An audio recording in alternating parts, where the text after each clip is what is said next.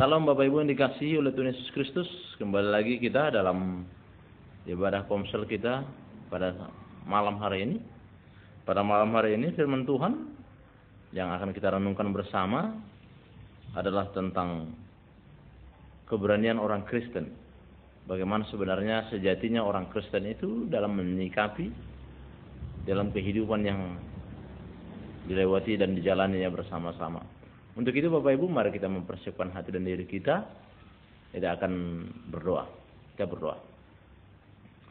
Kami mengucapkan rasa syukur dan rasa terima kasih kami kepada-Mu Tuhan atas penyertaan dan berkat Tuhan yang Tuhan boleh berikan bagi kami. Pada malam hari ini kami akan boleh mempersiapkan hati dan diri kami. Tuhan berkatilah hati dan pemikiran kami, agar hati dan pemikiran kami boleh diisi dengan kebenaran dari firman Tuhan, yang akan boleh menopang, bahkan yang boleh memberkati seluruh kehidupan kami. Berfirmanlah Engkau bagi kami ya Bapa, dalam nama Yesus kami berdoa. Amin. Ya baik Bapak Ibu yang dikasihi oleh Tuhan Yesus Kristus, firman Tuhan bagi kita pada malam hari ini dalam kitab Filipi, dari perjanjian baru, Filipi 1 ayat 20 sampai 21. Saya akan membacakannya bagi kita Bapak Ibu, silakan mengikutinya dalam hatinya masing-masing. Filipi 1 ayat 20 sampai 21. Sebab yang sangat kurindukan dan kuharapkan ialah bahwa aku dalam segala hal tidak akan beroleh malu, melainkan seperti sedia kala, demikian pun sekarang Kristus dengan nyata dimuliakan dalam tubuhku, baik oleh hidupku maupun oleh matiku. Karena bagiku hidup adalah Kristus dan mati adalah keuntungan. Baik Bapak Ibu yang dikasihi oleh Tuhan Yesus Kristus, tema kita adalah keberanian orang Kristen. Ya, saya tidak tahu Bapak Ibu seberapa berani kita sebagai para pengikut-pengikut Kristus yang sudah lama percaya kepada Tuhan. Ya, apakah kita memiliki keberanian sama seperti yang mau dimaksudkan dalam perikop firman Tuhan kita ini? Ya. Pada masa ini bisa kita lihat Bapak Ibu dalam teks Filipi ini memberikan kesan bahwa Paulus menekankan bahwa kematian itu hanya seolah-olah membawa keuntungan. Ya. Kematian membawa keuntungan.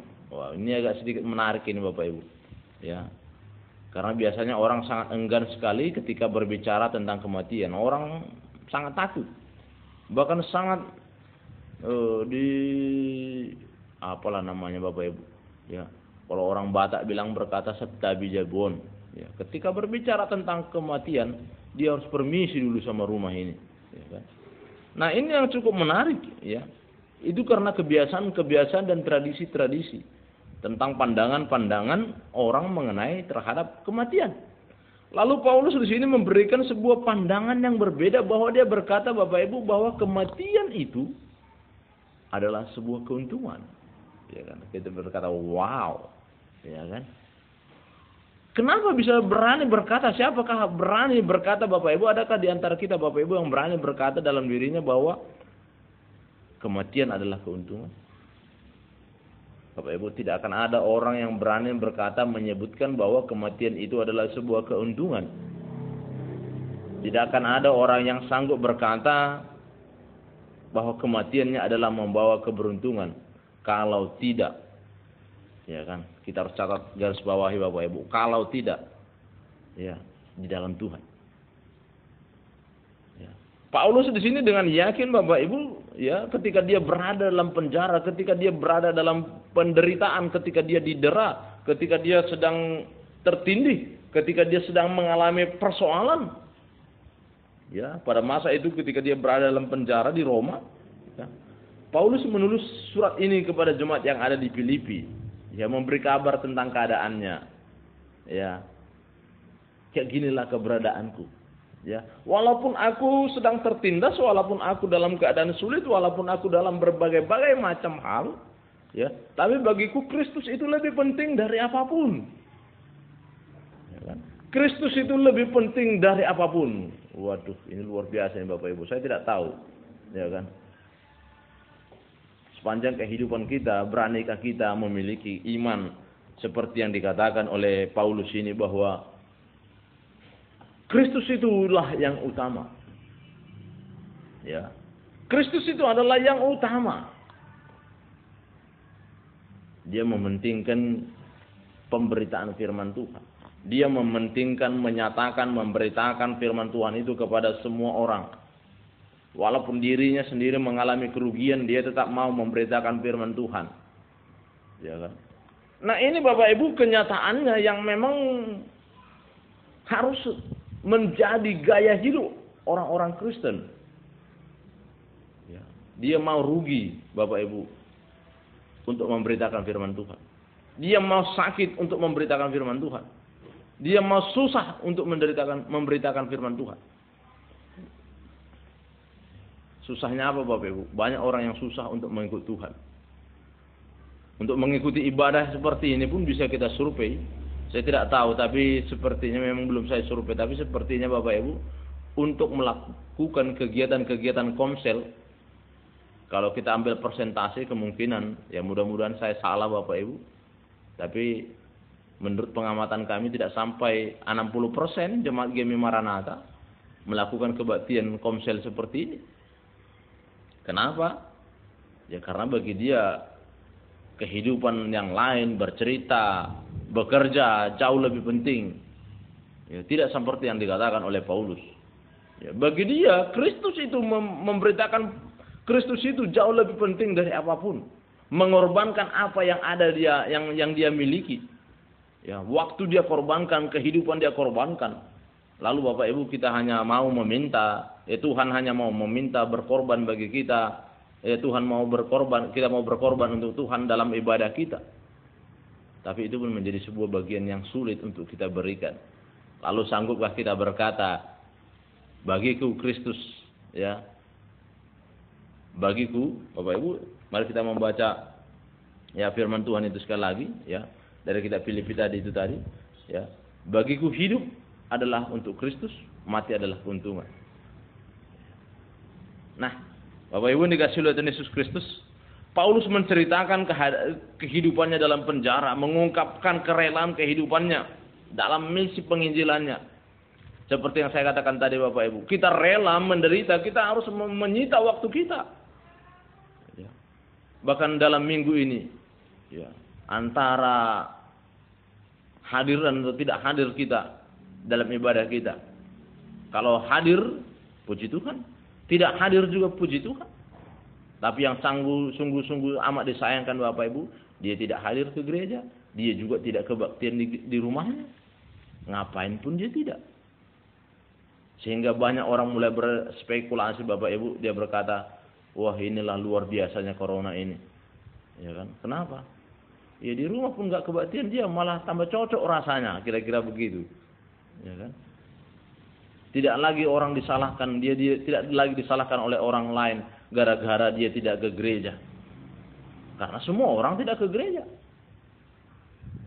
Sama nilainya bagi dia. Tapi sanggupkah dia berkata bagi kita, bagi Tuhan, bahwa hidupnya adalah untuk Kristus, mati adalah keuntungan? Saya pastikan dia tidak akan berani berkata demikian Bapak Ibu dalam hidupnya. Saya pastikan dia tidak akan sanggup berkata demikian. Ya. Kenapa? Karena hidupnya didedikasikan, dipercayakan untuk dirinya sendiri. Ya. Nah Bapak Ibu, kematian selalu mengancam diri Paulus. Tapi dia tidak takut. Dia tidak takut. Kenapa? Ya. Karena bagi Paulus Bapak Ibu, ya, kematian, ya, bagi Paulus, ya, kematian, ya, merupakan perjumpaan bersama dengan Yesus. Sehingga dia tidak takut untuk mati. Kenapa? Karena dia yakin dia pasti diselamatkan. Karena dia yakin bahwa ketika saya mati, saya akan bersama-sama dengan Tuhan. Lalu apa yang mau saya takutkan? Ya. Nah yang kedua Bapak Ibu, ya, dia akan mengakhiri kehidupan yang penuh dengan penderitaan ini. Itu sebabnya Paulus berkata bahwa kematian adalah keuntungan. Ya. Dia akan mengakhiri kematian yang penuh dengan kesulitan-kesulitan dalam dunia ini. Dia akan mengakhiri itu. Dia tidak lagi kesulitan Bapak Ibu. Dia akan mengakhiri itu. Dia akan senang bersama-sama dengan Bapa di sorga. Ya kan? Nah yang ketiga Bapak Ibu, dia yakini bahwa dia terima mahkota kehidupan. Nah, yang pertama tadi Bapak Ibu, bahwa hanya kematian yang menjadi jalan untuk dapat berjumpa dengan Kristus.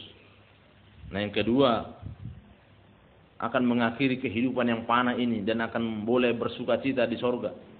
Nah, yang ketiga, dia meyakini bahwa dia akan memperoleh mahkota kehidupan yang Tuhan berikan. Itu sebabnya Bapak Ibu, Paulus tidak takut akan kematian. Nah, untuk itu di sini Bapak Ibu, ayat ini perlu dipahami bahwa sikap dan prinsip yang dilakukan oleh Paulus ini adalah menilai makna kehidupan dan kematian. Dia memaknai kehidupan itu seperti ini Bapak Ibu. Memberitakan firman Tuhan selagi kesempatan itu ada. Rela merugikan diri. Ya seperti saya katakan tadi Bapak Ibu. Dia rela harus dipenjara gara-gara memberitakan firman Tuhan. Kita tidak harus cerita harus kita dipenjara Bapak Ibu. Tidak usah. Tapi kita harus merelakan kesibukan aktivitas kita untuk boleh berjumpa dengan Tuhan. Kita harus rela Bapak Ibu memberikan apa yang bisa kita berikan untuk Tuhan. Apa yang telah kita berikan untuk Tuhan. Sebagai bukti bahwa kehidupan kita dedikasikan, kita percayakan untuk Kristus. Sehingga kita akan boleh berkata Bapak Ibu, hidup untuk Kristus, mati adalah keuntungan. Ya, ini sebuah hal yang sulit dilakukan Bapak Ibu ketika kita memang tidak mendedikasikan kehidupan kita untuk Kristus. Ya. Kita tidak mempercayakan dan memahami bahwa hidup itu adalah anugerah yang diberikan Allah. Ya. Diberikan oleh Allah. Ini anugerah. Dia berikan begitu saja Bapak Ibu. Nah, untuk itu Bapak Ibu dikasih oleh Tuhan Yesus Kristus. Ya. Kita tidak tahu kapan kita akan mati. Tidak ada satu orang pun dalam dunia ini yang tahu hidupnya. Apakah gara-gara mati karena corona? Bahkan orang berkata bahwa syukur kalau kena corona katanya. Mati kena corona. Ya. Kenapa seperti itu? Iyalah. Paling tidak namanya tercatat banyak orang yang membincangkannya. Ya kan? Bahkan dapat bantuan lagi katanya. Keluarganya. Tapi kalau orang yang mati tidak kena corona ya udah biasa aja itu dikubur udah siap katanya. Tapi orang berpendapat demikian. Tapi yang mau kita bahas Bapak Ibu bukan itu. Tetapi dia katakan bahwa Tuhan kehidupan ini adalah anugerah yang Tuhan berikan. Kita tidak tahu kapan kita akan dipanggil oleh Tuhan. Bisa saja kita dalam keadaan tidur, dalam pekerjaan, dalam aktivitas kita yang lain. Tapi yang mau saya katakan Bapak Ibu bahwa firman Tuhan berkata bahwa hidup kita ini adalah anugerah yang diberikan oleh Tuhan bagi kita. Pergunakanlah. Kerjakanlah. Perbuatlah apa yang dikehendaki oleh Kristus. Ya. Demikian bahwa Bapak Ibu, anugerah itu kita pergunakan dengan sebaik-sebaiknya. Ya. Jangan sampai nanti kelewatan. Ya, Bapak Ibu, banyak orang yang lewat. Kenapa seperti itu? Tunggulah sebentar lagi. Ya. Hatinya sudah digerakkan Bapak Ibu untuk ikut melakukan pelayanan pekerjaan-pekerjaan Tuhan, tapi dia tunggulah sebentar lagi. Ya kan? Tunggu sebentar lagi sampai dia lupa. Ya, dia terlupa bahwa hidup itu adalah anugerah yang Tuhan telah berikan bagi kita. Dan saya yakin dan percaya Bapak Ibu melalui renungan firman Tuhan kita yang singkat pada saat ini akan boleh menolong dan memampukan kita menjadi seorang Kristen yang berani memberitakan Injil, menyampaikan berita sukacita ini kepada semua orang. Bukan hanya dengan ucapan Bapak Ibu, tetapi juga dengan perbuatan. Apa yang sudah kita perbuat, apa yang sudah kita berikan untuk menyatakan Kristus itu adalah Tuhan. Apa yang saya buat? Nah, saya yakin dan percaya Bapak Ibu, hanya kehidupan yang berpusat kepada Kristus yang akan boleh menolong kita untuk dapat melakukan dan mengerjakannya. Kiranya Tuhan memberkati bagi kita. Salam, Tuhan memberkati. Kita berdoa. Kami bersyukur dan berterima kasih kepada-Mu Tuhan bahwa pada saat ini kami telah mendengarkan firman-Mu. Berkati hati dan pemikiran kami yang telah mendengarkan sabda-Mu. Sehingga hati dan pemikiran kami hanya boleh berpusat hanya kepada Tuhan. Dan kami akan boleh melakukan apa yang Tuhan telah kehendaki dalam kehidupan kami. Terpuji, termulialah Engkau Bapa. Kami serahkan doa permohonan kami ini Tuhan ke dalam tangan pengasihan-Mu. Dan berkati seluruh jemaat Tuhan di dalam nama Yesus kami berdoa. Amin.